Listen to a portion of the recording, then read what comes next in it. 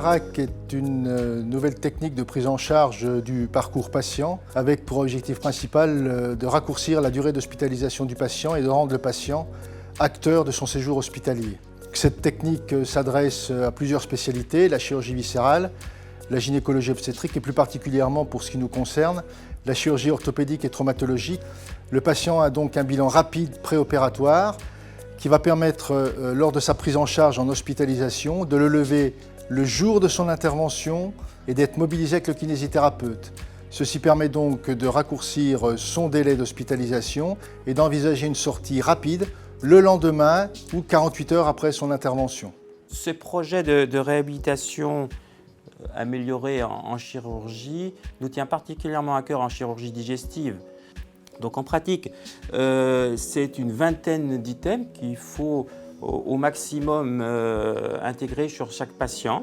Tout le monde, tous les acteurs de soins ont été mis à contribution, que ce soit les infirmiers, les aides-soignantes, les kinés, les stomathérapeutes, les nutritionnistes, le service de logistique. Donc c'est vraiment un travail d'équipe et ça a d'ailleurs renforcé notre esprit de cohésion. Concrètement, la démarche RAC, c'est un parcours coordonné où à l'issue de la consultation avec le chirurgien, on remet un passeport RAC au patient. Ce passeport contient des ordonnances préopératoires, des livrets d'informations, des documents administratifs et plus spécifiquement pour l'orthopédie, un rendez-vous en hospitalisation de jour pour grouper sur une demi-journée une radio préopératoire, la consultation anesthésie, une consultation avec un kinésithérapeute et une consultation infirmière. Les modalités sont les mêmes pour la chirurgie digestive, excepté que les patients peuvent bénéficier d'une consultation avec une stomathérapeute ou une diététicienne selon les interventions chirurgicales. Le point est fait aussi sur un jeûne qui peut être restreint. On donne à manger aux patients jusqu'à 6 heures avant le bloc et ils peuvent boire jusqu'à 2 heures avant.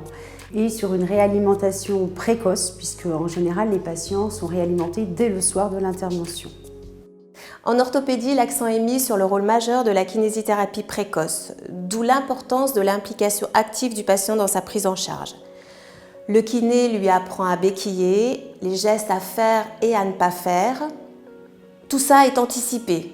Une fois opéré, le patient est le VH+4 de la chirurgie. L'infirmière a un rôle d'accueil et d'orientation sur ce parcours. Elle a également un rôle d'information. Elle est là pour donner des indications et des détails sur l'intervention.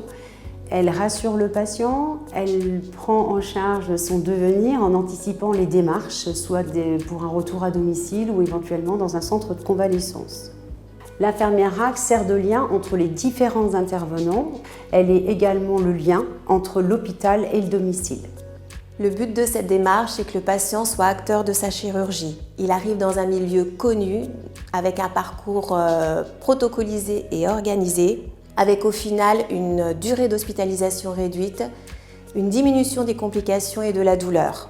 C'est aussi une démarche qui valorise les professions paramédicales, renforce la cohésion d'équipe en collaboration avec le chirurgien.